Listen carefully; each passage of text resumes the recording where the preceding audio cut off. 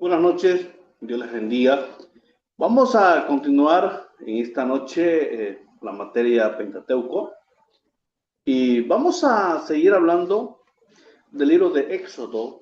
La anterior semana hemos avanzado ya al estudio de Éxodo y hemos recordado de cómo entró el pueblo de Israel a Egipto, ¿no? Recuerdan que hemos recordado de que más de 70 personas entraron porque hubo una hambre en Canaán y los hijos de Jacob fueron a buscar comida. Y recordemos que ya José estaba en Egipto porque sus hermanos lo habían vendido. Entonces ya estaba José ahí y ahí fue el encuentro de José y sus hermanos, se perdonan. José lo hace traer a Jacob y el faraón le da a Israel y a su descendencia la tierra de Gosén. Entonces ahí es que entran y muere esa generación, muere José, muere Jacob, mueren sus hermanos y se levanta otro faraón que no conocía a Dios, que no temía a Dios y que no conocía la historia de José y de Jacob. Entonces ve que el pueblo de Israel era grandioso, dice que era más de 1 millón de personas, y dijo, no puede ser que estos en cualquier momento se unan a nuestros enemigos y nos derroten. Entonces fue ahí que se les ideó de esclavizarlo, y mientras más trabajo le daban, más se reproducían. Entonces es ahí que nace un libertador. Dice que después de muchos años, los hijos de Dios se acordaron de Dios, se acordaron de la promesa, y fue ahí que empezaron a clamar a Dios, y su clamor, dice la palabra, que llegó hasta Dios, llegó hasta Dios. Entonces fue ahí cuando nuevamente Dios se acordó del pacto que había hecho con Abraham, de que le daría la tierra prometida, que fluía leche y miel. Entonces fue ahí que cuando empezaron a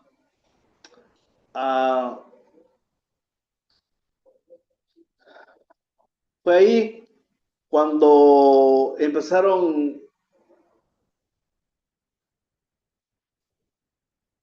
había empezaron a reproducirse, empezaron a tener más hijos.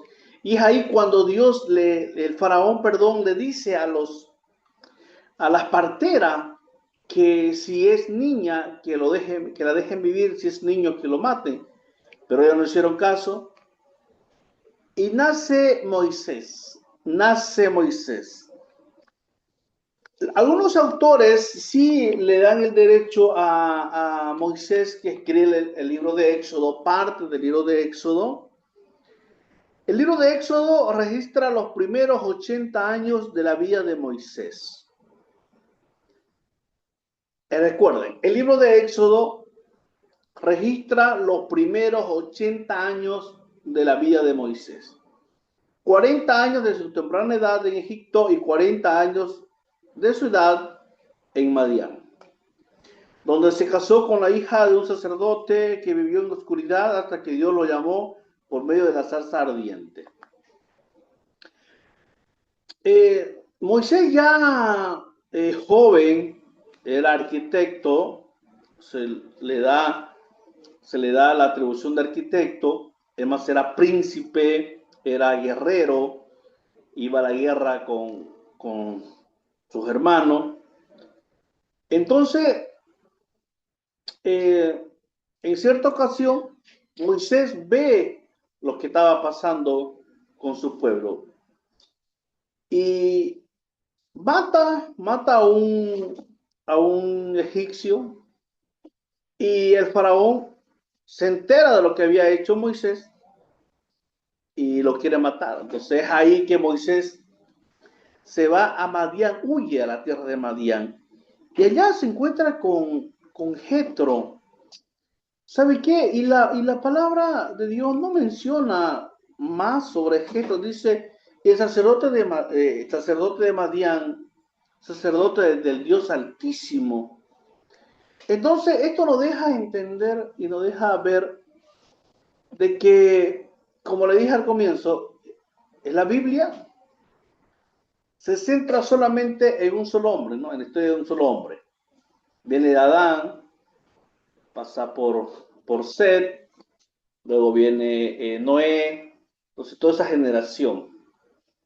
Ahora ya estamos con Moisés, pero detrás de Moisés, detrás de la Biblia o detrás de la historia cristiana, había una vida secular y ahí nos deja entender de que mientras el pueblo de Dios sufría, mientras Dios utilizaba a Moisés para sacar de la esclavitud, al otro lado había un pueblo y había un sacerdote.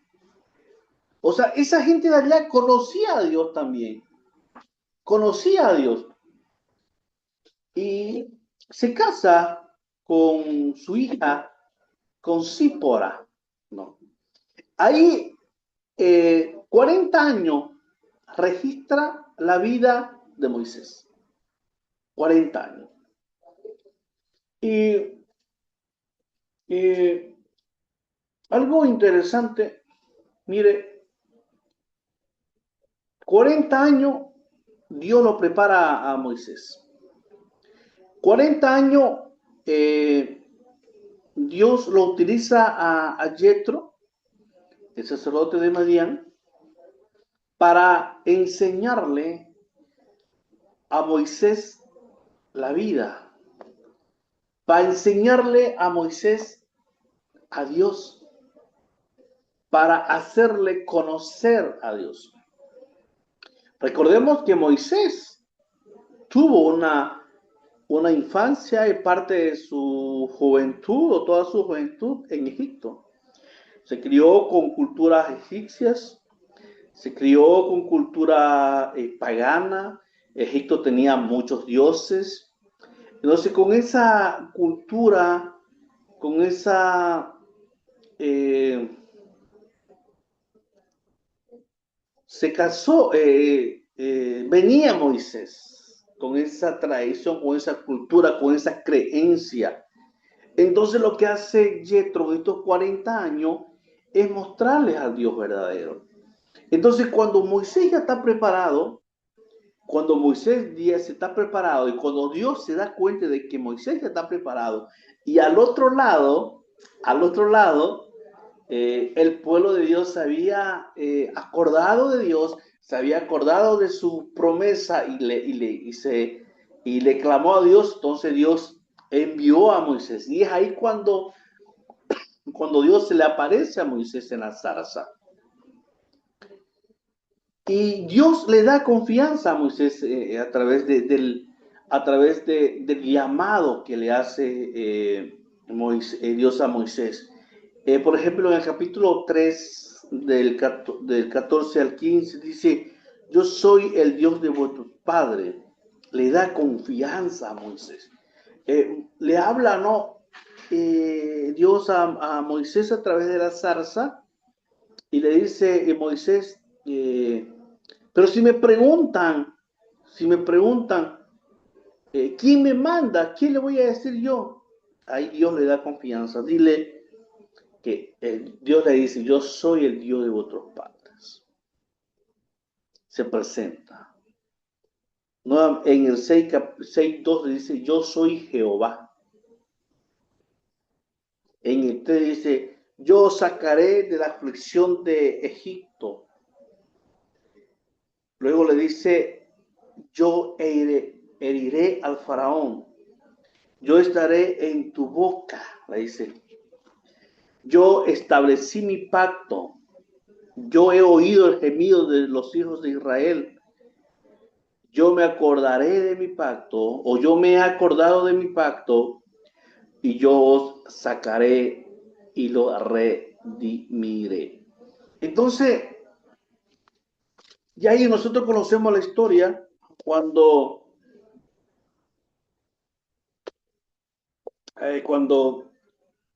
Dios lo manda a Moisés a Egipto, lo prepara a Moisés y lo prepara a Aarón al otro lado. Entonces llega Moisés y ya Aarón estaba preparado porque lo hace el encuentro, que se encuentre. Moisés le dice a Aarón, Dios me habló, Moisés le dice lo mismo. Entonces como que hay una conexión. Y es ahí cuando llegan a Egipto, se presentan ante el faraón y Moisés le explica al faraón lo que Dios le había dicho. Y el mensaje central, hemos recordado que todo el mensaje central de Éxodo es: deja ir a mi pueblo para que le adore al desierto. Pero como que Moisés, medio que el faraón no cree, ¿no?, lo que iba a pasar. Entonces se fueron desarrollando ciertas etapas en Egipto, ciertas plagas, ¿no? Y ya la última plaga, la que obliga al faraón a dejar al pueblo, es la plaga de los primogénitos. Mire, una catástrofe tras catástrofe, una desgracia tras desgracia. Y esto nos deja pensar, si nosotros nos vamos a la historia, ya Moisés tenía 80 años, pero 80 años atrás, recordemos que el faraón hace matar a todos los niños para que no se reproduzcan. Entonces, o para que ya no haya más israelitas. 80 años después, hay otra de la misma. Porque el mandato era de que iba a morir todo primogénito. En otras palabras, los primeros hijos de los egipcios iban a morir en una sola noche. Y eso en una sola noche iban a morir en un segundo, en un minuto, porque el ángel de Jehová pasaba por la ciudad y a los que pasaba se iban a morir, se iban muriendo. Entonces, para resguardar a los hijos de Israel, hace pintar los tinteles. Creo que hay una puerta atrás. Los tinteles de la puerta los hace pintar con la sangre del cordero que ya estaba, que ellos tenían que lo tenían que tener preparado para la Pascua y salir, no, porque Dios le da una orden a los israelitas. Le dice: vas a tener esto, eh, vas a comer hierbas amargas. Entonces como que ya tenía una orden, ¿no? Entonces, ¿qué es lo que hacen ellos? ¿Qué es lo que hacen ellos? Pintar alrededor del tintel con sangre. Entonces, si el ángel de Jehová pasaba y miraba que estaba pintado, pasaba de largo. Entonces, muchos egipcios y muchos extranjeros que vivían en Egipto creyeron en Moisés. Creyeron lo que Moisés le había dicho, creyeron en lo que Moisés le había ordenado que hagan. Entonces ellos hicieron eso. Hicieron eso. Entonces, pero los demás no. Entonces pasó a la medianoche el ángel de Jehová y usted se imagina una ciudad envuelta en llanto, envuelta en dolor, envuelta en tristeza, porque ya venían ellos. De las 9 plagas atrás ya Egipto estaba destruido. Ya Egipto estaba totalmente destruido. La rana, los animales, el granizo, los mosquitos, la oscuridad, el agua convertida en sangre, porque miles y todos los animales murieron. Entonces, la úlcera, entonces ya ellos venían azotados. O sea, pero aún así, déjeme decirle que el faraón no dejaba ir al pueblo de Dios a ofrecer sacrificio. Es más, lo condicionó. Le dijo, solamente las mujeres, que se queden los ancianos, que se queden los niños, solamente ellos pueden ir y van a ir aquí a cierta distancia a ofrecer sacrificio. ¿Y qué le dice Moisés? No, tenemos que ir todos a ofrecer sacrificio. Mire, ya Egipto estaba totalmente destruido, ya estaba acabado. Y más con estas plagas de los primogénitos ya, con esto se acabó, con esto ya fue la última. Entonces, es ahí que ya salen, es ahí, es ahí que salen ellos. Es ahí que ellos salen de la esclavitud. Entonces, pero algo interesante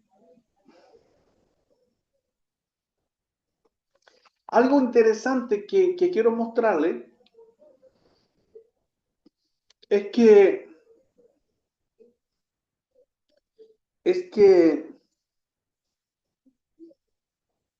ellos no iban a tardar la cantidad de días, de años, 40 años en el desierto. No iban a tardar, pero fue por la incredulidad de sus corazones, ¿no? Entonces ellos salen de la esclavitud, se van ellos, eh, se van ellos,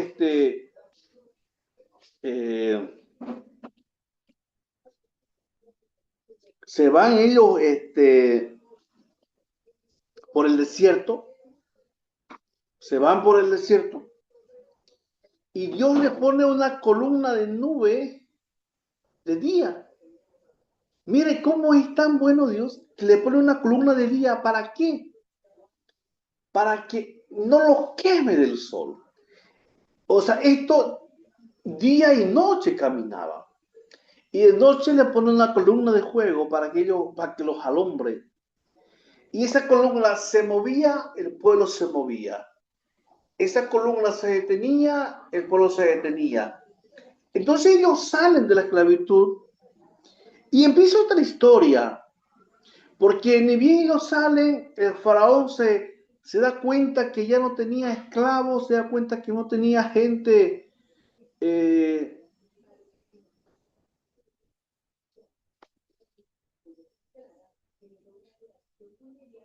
Entonces, ellos estaban en todo eso y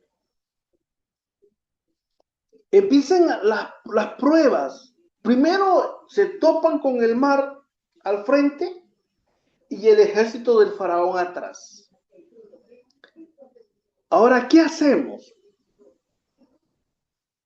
Y ahí empezaron ellos a blasfemar el nombre de Dios. Empezaron a hablar. No había demasiado cementerio en Egipto que nos dejaste salir para que moramos en el desierto. Nos acordábamos de las carnes, de la cebolla, de los ajos. Ellos no tenían. ¿Cómo era la vida de un esclavo? El esclavo no tenía derecho a nada. El esclavo no tenía derecho absolutamente a nada. El esclavo era esclavo. No tenía derecho a nada, a exigir carne, ajo, no. Eso era el privilegio de los reyes. Incluso solo tenían algunos egipcios, tenían ese privilegio, los que trabajaban en el palacio, los que tenían rango, los militares y generales tal vez. Pero no todos tenían ese privilegio de comer. Y ellos empiezan a reclamarle a Dios. Entonces, al frente estaba el mar y atrás el ejército. Ahí viene la primera prueba también para Moisés, probar la fe. Entonces Dios hace el milagro de abrir ese mar. Al otro lado no hay agua. Pasa en el mar, hace el milagro, al otro lado no hay agua. Danos agua, no vas a matar en el desierto. Llegan al el lago tal vez, todos se llegan a tomar y el agua amarga. El agua amarga. ¿Y ahí qué pasó ahí? Dios toma un palo, esa agua, es un árbol, esa agua se convierte en dulce. Luego se quejan, siguen caminando, ya no tenemos comida, ¿qué podemos comer? Dios le hace venir el maná. Era como una harinita, ¿no? En la mañanita caía ese rocío. Ellos podían hacer, sacaban, podían hacer torta, sopa, pan, un montón de cosas, tortas. Luego se quejan, danos carne, ya estamos guardados del maná. Dios le manda a Corny en la tardecita y le dice, solo van a matar el número de codorniz que se van a comer, porque todos los días le va a llegar la misma, los mismos pájaros para que ustedes puedan matar. No, pero ellos no creyeron en Dios. No, puede ser que mañana no vengan las codornices que vamos a. Dice que el que mínimo amontonó fueron 10 montones de codornices. Amaneció el otro día, era una hediondera, todo se había podrido. Entonces, con todo eso, tenía que lidiar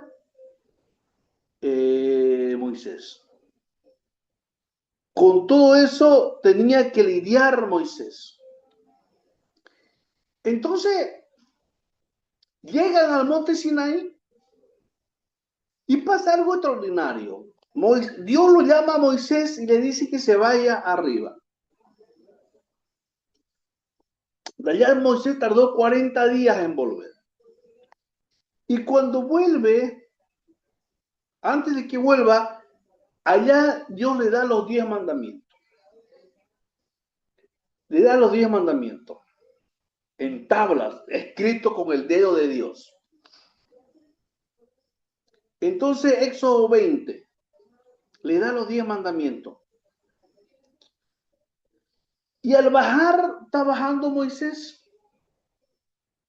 Y Josué estaba más abajo porque solamente Moisés entró, subió arriba. Y cuando llega donde estaba Josué, le dices, ¿qué pasa abajo? ¿Qué es esa bulla? Y Josué le dice, el pueblo se ha apartado de Dios. Habían hecho un becerro de oro. Habían hecho un becerro de oro.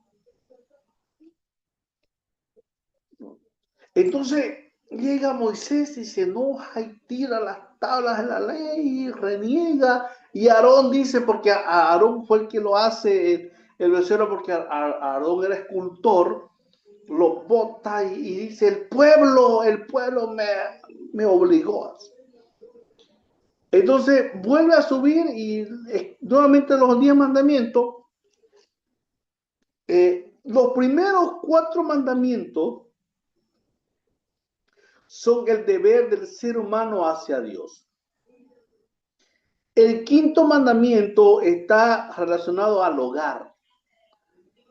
Los últimos 5, el deber hacia el prójimo, los 10 mandamientos. Estos mandamientos regulan las afecciones, las pláticas y día de adoración hacia Dios. Ellos controlan el hogar y ellos protegen las posesiones, la vida, la reputación y el carácter del prójimo. Los 10 mandamientos. Entonces, los primeros 4 mandamientos es el deber hacia Dios. El 5.º mandamiento es el deber hacia el hogar. Y el 6.º o los últimos 5 es el deber hacia el prójimo. Éxodo capítulo 20. Hermanos, hasta aquí, algo que quieran aportar a la historia de Éxodo. Estamos en Éxodo capítulo 20 ya. ¿Alguna duda, alguna pregunta? Los escucho.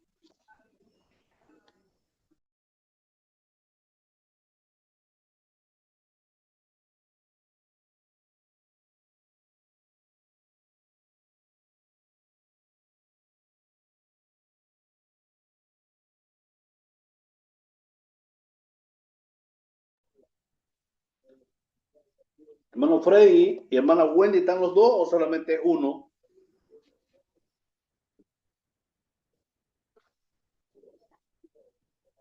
Buenas noches, pastor. Ahorita estoy yo, nomás mi esposa está un poco delicada, estoy en eso también. Ya, ok.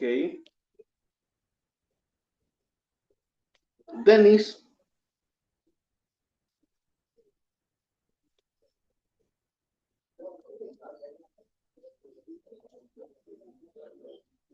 entonces, si no hay preguntas, vamos a continuar. Vamos, los 10 mandamientos antiguos y Nuevo Testamento, eso capítulo 20. No dioses ajenos. Mateo 4:10, hermano Freddy, por favor.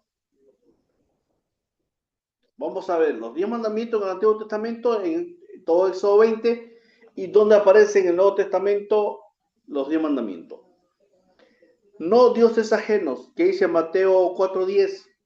Mateo 4 dice, entonces Jesús le dijo, vete, Satanás, porque escrito está, al Señor tu Dios adorarás y a Él solo servirás. Ok. El segundo mandamiento es idolatría prohibida. Primera de Corintios 4, 10, 14. Hermano Denny, ¿está por ahí? Primera de Corintios 10, 14. Si no está, hermano Freddy, busca rapidito. Primera de Corintios 4, 10, 14. Primera de Corintios 10, 14. Por tanto, amados míos, huid de la idolatría. El tercer mandamiento, no tomar el nombre de Dios en vano. Primera de Timoteo 6, 1.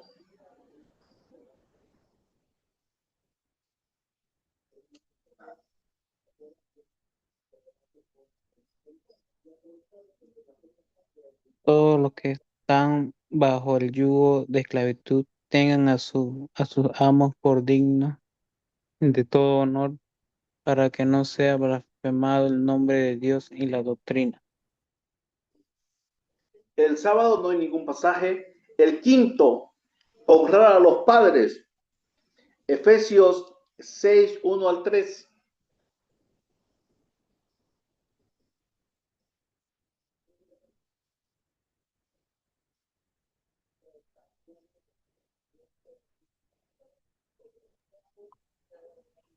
Hijos, obedeced en el Señor a vuestros padres, porque esto es justo. Honra a tu padre y a tu madre, que es el primer mandamiento con promesa, para que te vaya bien y seas de larga vida sobre la tierra. No matarás. Mateo 5, 21 y 22.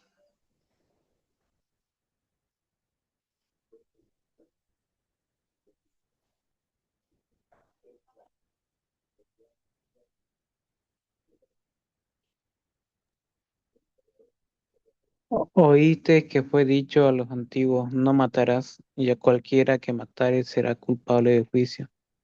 Pero yo os digo que cualquiera que se enoje contra su hermano será culpable de juicio, y cualquiera que diga necio a su hermano será culpable ante el concilio, y cualquiera que le diga fatu quedará expuesto al infierno de fuego. No cometerás adulterio. Gálatas 5, 19.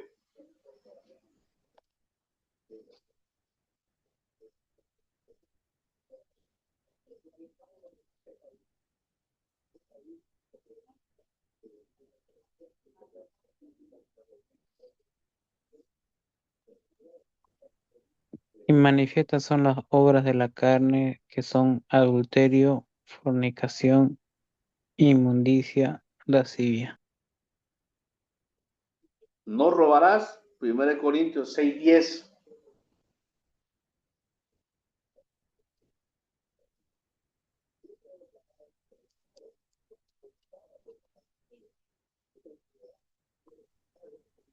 Ni los ladrones, ni los ávaros, ni los borrachos, ni los maldicientes, ni los estafadores heredarán el reino de Dios.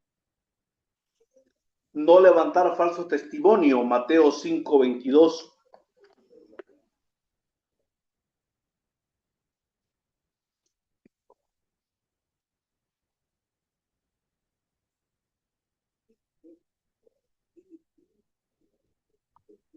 Porque yo os digo que cualquiera que se enoje contra su hermano será culpable de juicio, y cualquiera que diga necio a su hermano será culpable de conciliación, y cualquiera que diga fatuo quedará expuesta en el infierno de fuego. No codiciarás, Efesios 5:3.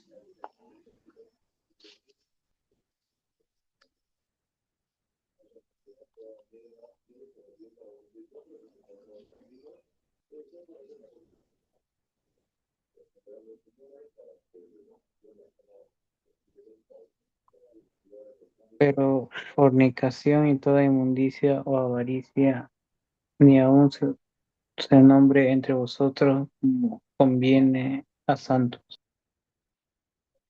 Ok, mire, los 10 mandamientos en el Antiguo Testamento se repiten en el Nuevo Testamento.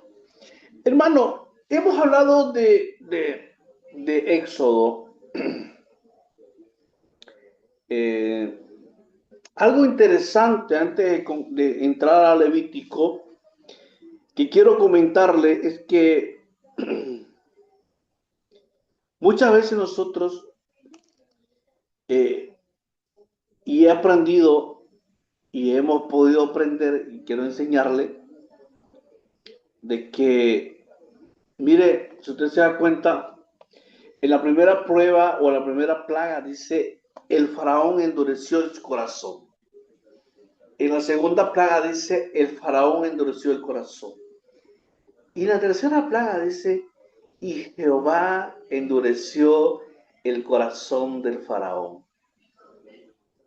Y Jehová endureció el corazón del faraón. ¿Qué nos deja entender esto? ¿Qué nos deja aprender? Que muchas veces nosotros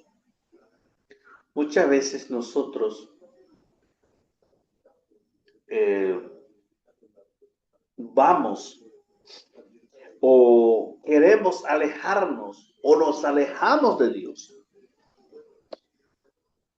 por nuestra cuenta, pero luego dice, y el corazón del faraón se endureció, o Dios endureció el corazón del faraón. El faraón quería dejar ir al pueblo, porque sabía lo que le estaba sucediendo a su pueblo. Él sabía lo que estaba pasando.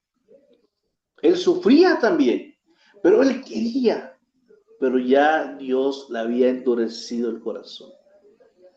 Y en la vida real, en la vida cotidiana, muchas veces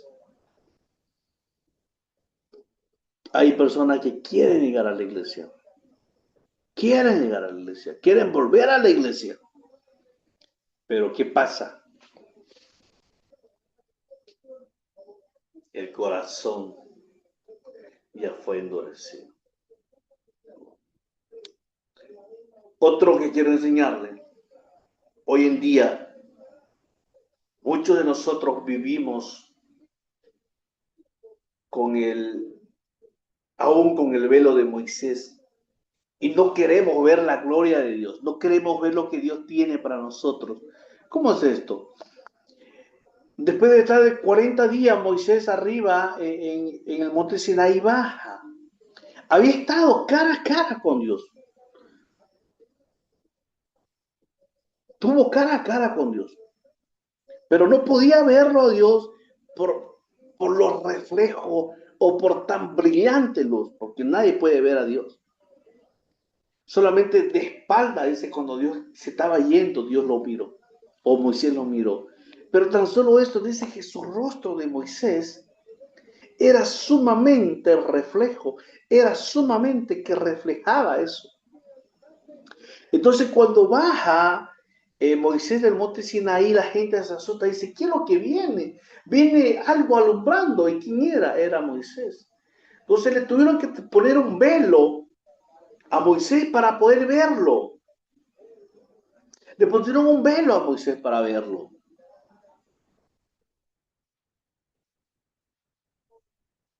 Le pusieron un velo para que lo vean. Entonces, nosotros hoy en día muchas veces paramos o seguimos con el velo de Moisés y no nos deja ver la gloria de Dios. No nos deja ver la gloria de Dios, porque aún seguimos tapados y nos impide ver lo que Dios tiene para nosotros, nos impide ver lo que Dios tiene para mí, le impide ver lo que Dios tiene para usted. ¿Por qué? Porque aún seguimos tapados con el velo de Moisés. Hermanos queridos, es el momento de que usted se saque, de que yo me saque el vendaje y empiece a ver la gloria de Dios, empiece a ver cara a cara a Dios. Por eso cuando Jesús muere, dice la Biblia, que el velo se rompe de arriba hacia abajo y tenemos entrada al Padre. Pero muchas veces seguimos aún con el velo de Moisés en nuestro rostro, que no nos deja ver. Es el momento de que nos quitemos ese velo. Preguntas, hermanos, sobre el libro de Moisés. Antes que entremos al libro de Éxodo, preguntas, los escucho.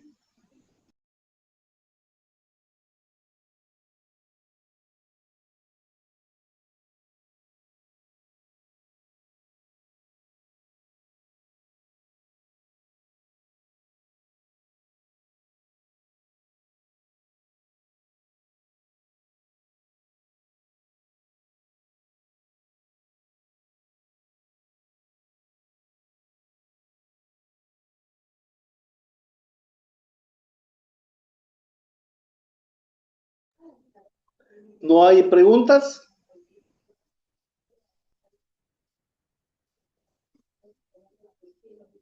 ¿O algo que quieran aportar? Tal vez dicen, pastor, yo conozco la historia de este y otro punto de vista que quieran aportar, los escucho.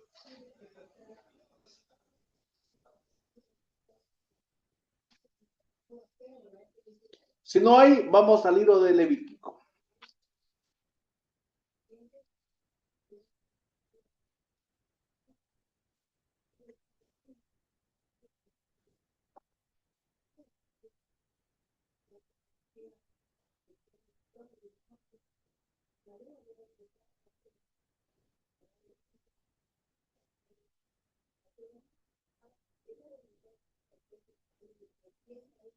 Levítico.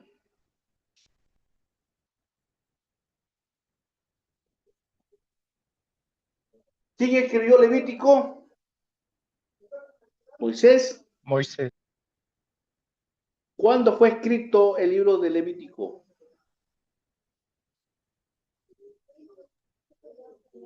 Mm, mm, 446 a 1246, 1240 está escrito.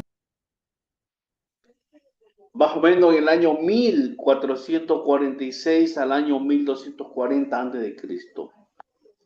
¿A quién fue escrito? Fue escrito a los sacerdotes, a los israelitas, al extranjero y a nosotros.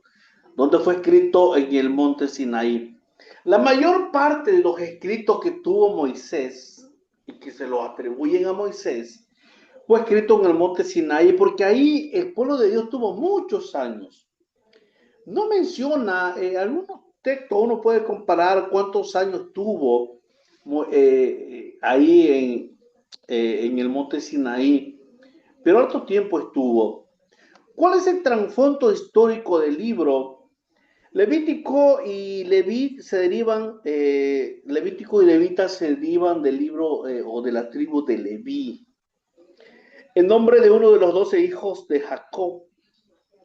La tribu que descendió de Leví fue la tribu sacerdotal. Mire, no cualquiera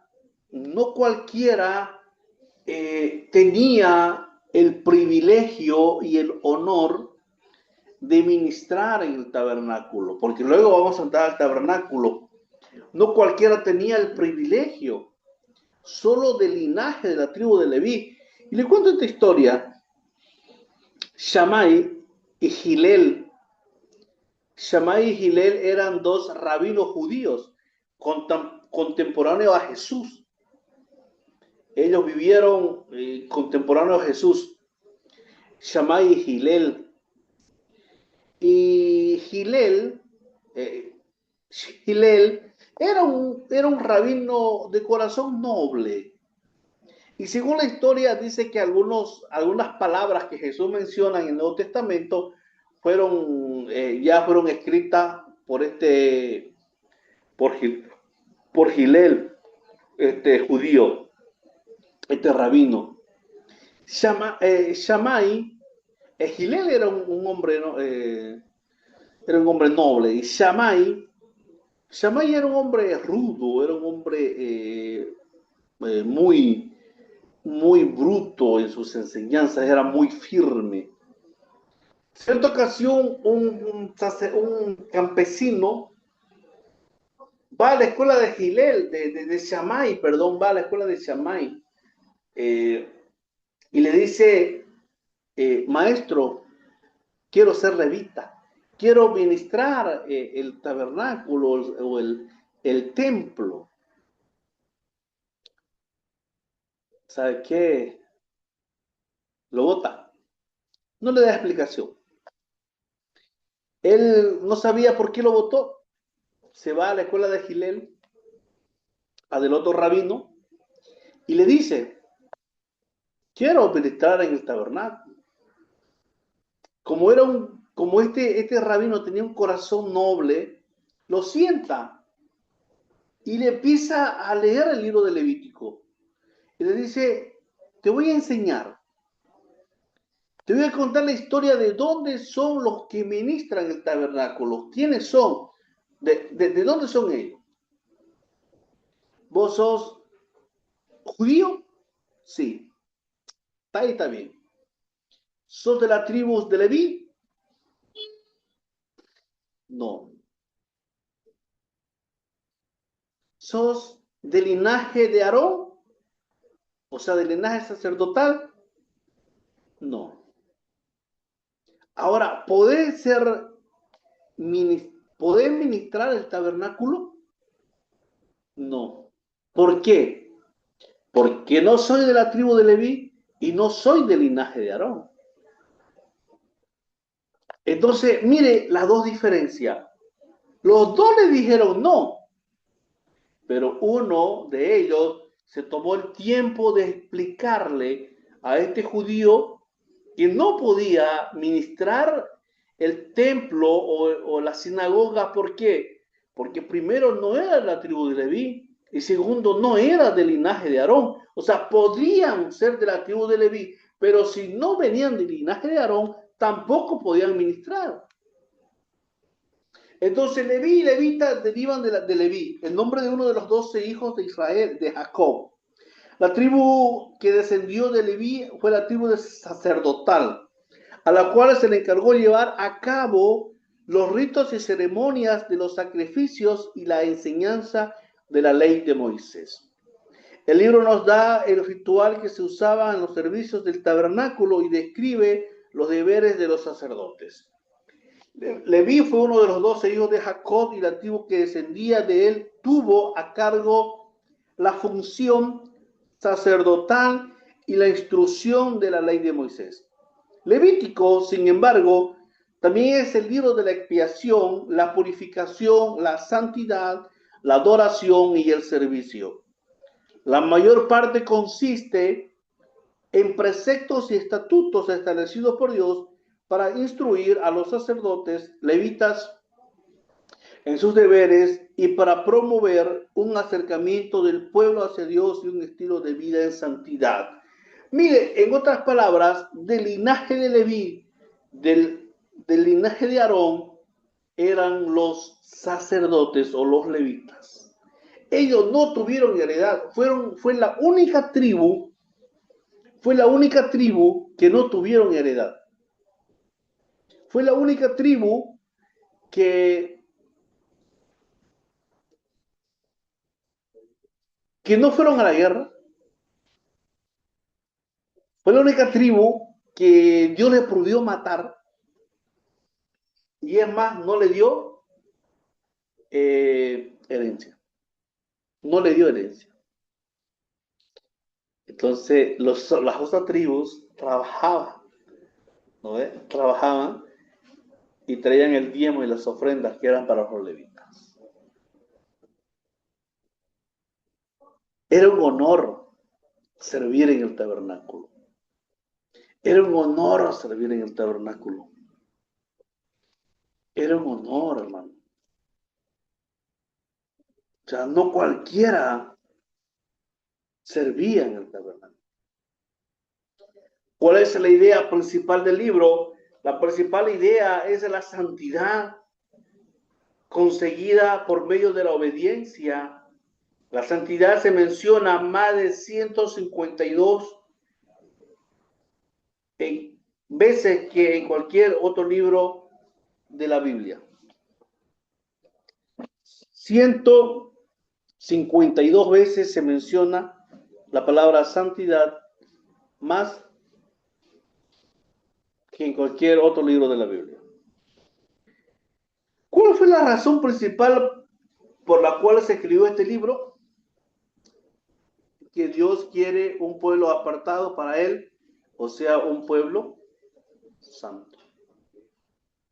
La palabra clave de Levítico es habló Jehová a Moisés, diciendo, tabernáculo de reunión, ley, sacrificio, ofrenda, holocausto, pecado, iniquidad, sangre, expiación, santo y pecado.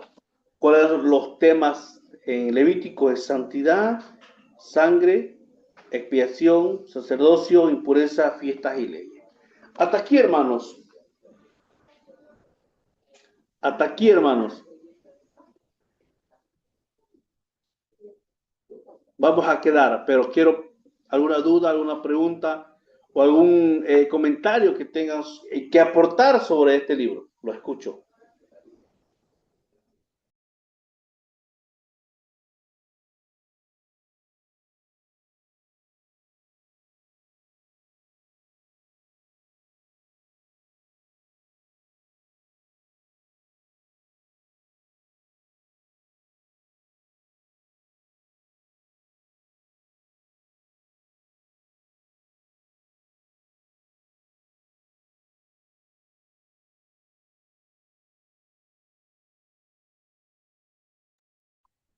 Este, según a que yo entiendo el libro de Levítico, representa el carácter de Dios, ¿no? En lo que se deriva la justicia, la santidad y el amor, ¿no?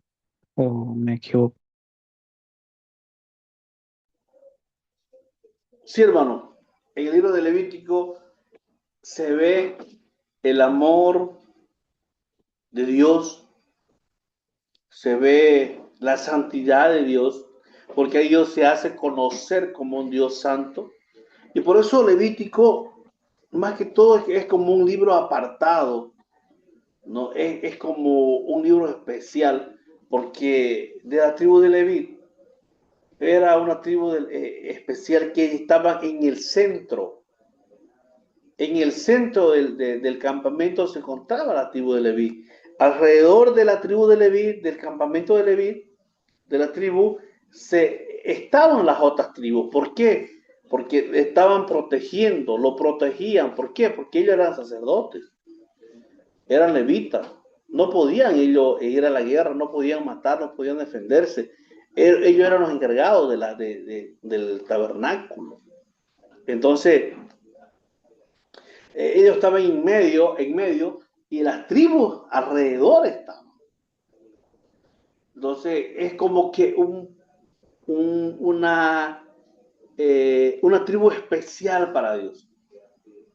Y es más especial porque solamente del linaje de Aarón. Mire, solamente Aarón tuvo el privilegio de servir en el tabernáculo. Moisés no tuvo ese honor, ese privilegio de servir, solamente era Aarón. Sus descendientes de Aarón, Eleazar, sus hijos de Aarón tuvieron ese privilegio, pero Moisés no tuvo el privilegio. Aún y María, que era su hermana de Moisés, estuvo. ¿Cuáles son los temas? Le decía santidad, sangre, expiación, sacerdocio, impureza, fiesta, leyes. ¿Cuál es el énfasis de Levítico? El concepto correcto con respecto a la adoración, enseñar a adorar al pueblo de Dios, tanto para el pueblo como para los mismos sacerdotes.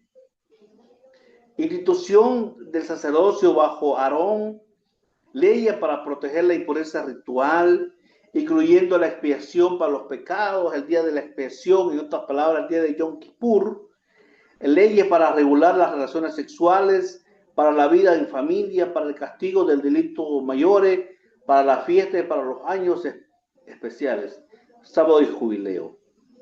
El versículo clave, el resumen de todo Levítico está en 27 y 8.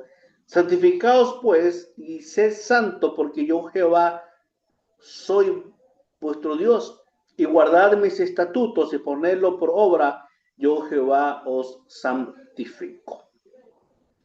Hermanos, preguntas, hasta aquí vamos a quedar esta noche. Luego continuamos el miércoles, si Dios lo permite, trabajando, ¿ya? ¿Alguna duda, alguna pregunta que tengan antes de cerrar? Los escucho. Les mando las tareas más tardecito, ya van a empezar las tareas. Les mando las tareas en unos minutos. ¿No hay preguntas, hermanos? ¿Están todo bien hasta aquí?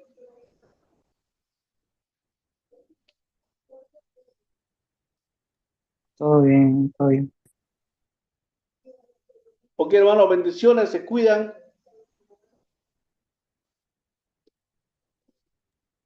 Bendiciones, pastor. Que tenga una excelente noche.